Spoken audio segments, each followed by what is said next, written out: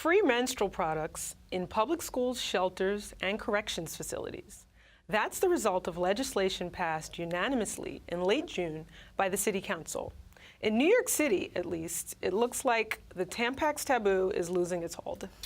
Joining us to talk about why this is happening now and exactly why this law was proposed and how it will be implemented is Caroline Angell, the co-founder of Racket, which advocates for menstrual equity.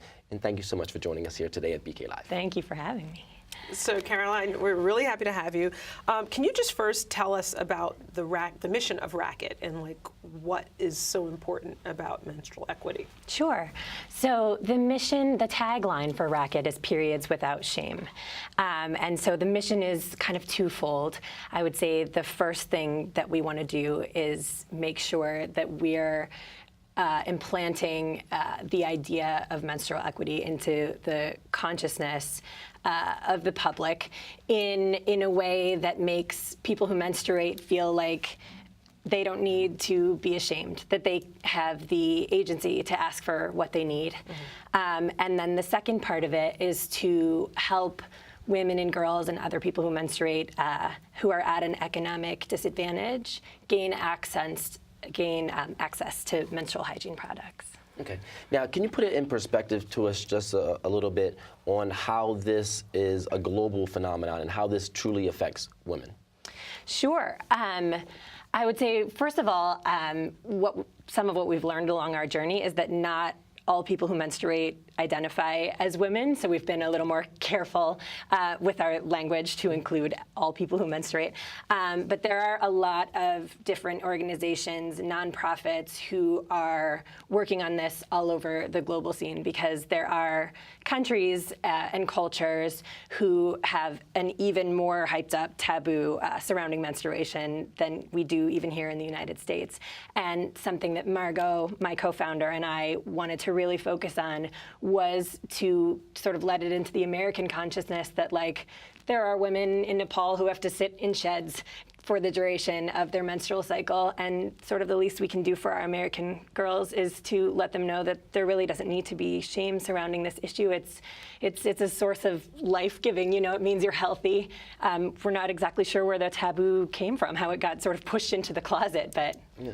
Well, First Lady Michelle Obama sort of framed this in the light of educational equity. And in reading that Newsweek article, it referenced the fact that in rural India, 1 out of 5 people who begin to menstruate leave school, actually leave school once that process begins. Yes, and it's not just in those countries. I mean, we have a little bit of data now thanks to our city council. They implemented a pilot program at the School for Arts and Business in Queens to kind of test out putting menstrual products into the schools and see if in a way that was free and very accessible to the girls who go to school there, to see if that would make a difference in attendance. And in fact, it did. There was like a 2% increase in attendance after that pilot program was implemented.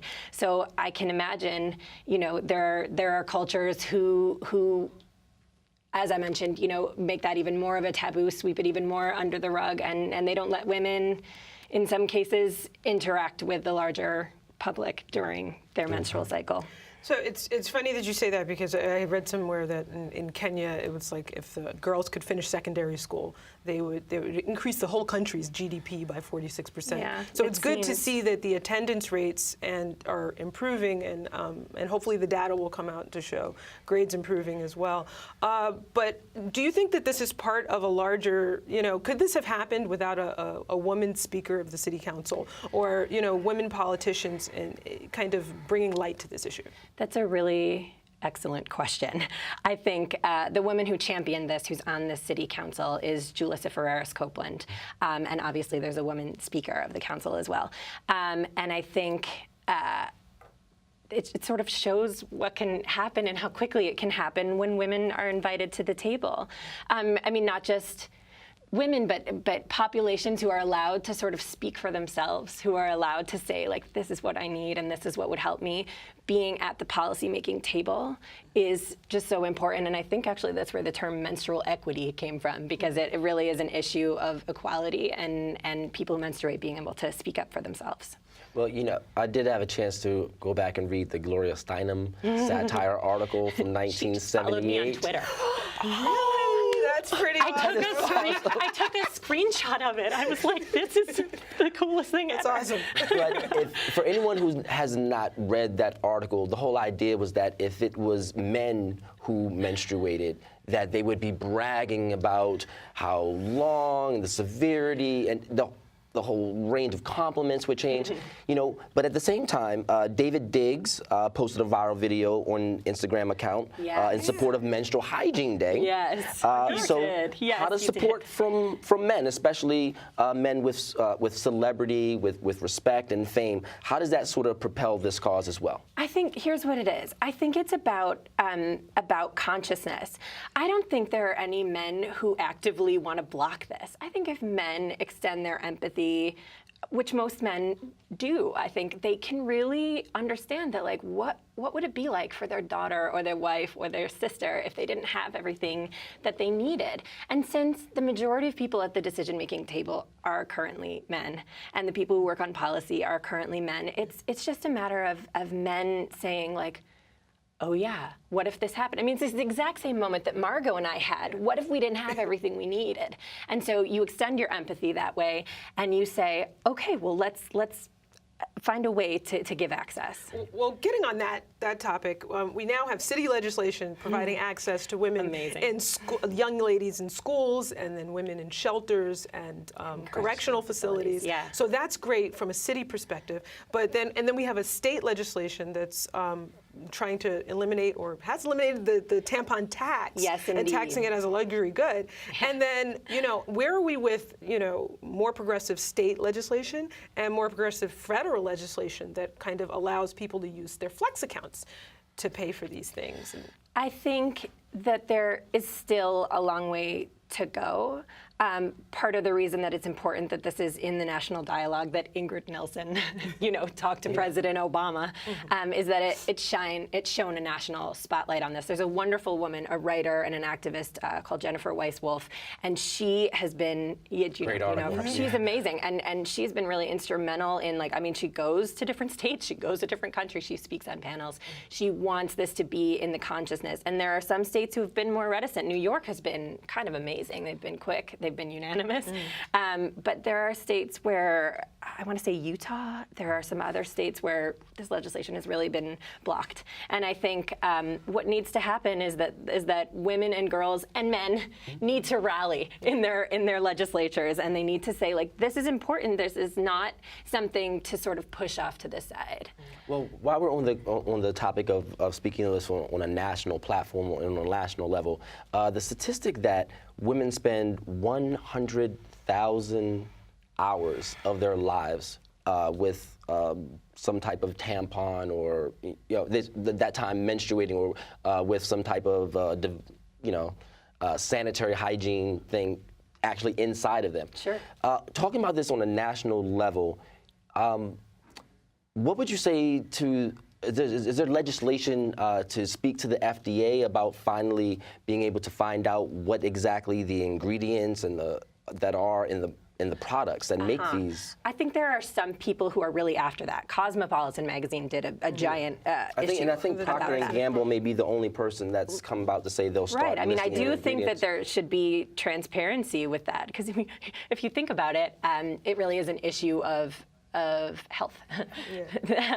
And it's a shame that women might be in danger that way, you know, if there were products that weren't sanitary, or if there were products that they didn't have access to. Like, imagine if you could take care of your period in exactly the way you wanted, in the most healthy way, how productive you could be with those 100,000 hours, you know?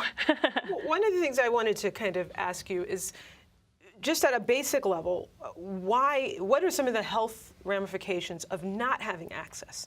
to feminine hygiene products? Okay, well, I don't want to pass myself off as a medical expert, but I would say when we started, we were mostly dealing with a transient population. So these are populations who don't have ready access to a shower or a sink. And the social, economic ramifications as well. Right, and so what they end up doing, or a washing machine, you know, and so what they end up doing is using a product that's well beyond its capacity, and that poses like a serious hygiene risk. But what are you going to do if you only have a limited number? So I mean, I think you need to be able to wash your hands, for example. You need to be able to use the bathroom whenever you need. You need to be able to have a shower. You know, you need to be able to, and at the very least, you need to be able to throw away your disposable product when it's been completely used up. And if you don't have more to access, then you're a little bit messed. Okay. So what exactly on the ground, what is Racket actually doing on the ground to, you know, propel this mission? So as I mentioned before, that our mission is kind of twofold, and one is the consciousness raising, which is where our name comes from, Racket, raising a racket. And videos like David's and videos like Ingrid's are amazing because they extend to the networks that are beyond Margot and my personal network. But the second part of it was doing our best to facilitate access. So how we started was we did a large drive, and Margot's a big part of the Broadway community, and I have some access to the publishing world and nonprofit world. And so we just reached out to friends of ours who have large networks, and Margot reached out to Broadway Cares, or Broadway Serves, I'm sorry. And they put out a call for Broadway shows to collect menstrual hygiene products within their casts and crews. And the same thing with the publishing houses and the nonprofits and the other small businesses. They collected products, and so we ended up with like something like 10,000 menstrual hygiene products, like in a giant pile in my apartment. And then we took them and we put them together into kits and gave them to someone who had the means to distribute them, which was, in this case, was the New York City Rescue Mission. Very practical. Well, it's phenomenal work that you're doing, and we thank you, Caroline. Thank you very much. Appreciate your help spreading the word. I'm sure we'll have you back on again. Thank you for the important work that you do. And thank you for letting me be part of this conversation. Thank you for wanting to be part of it. Nothing but sisters.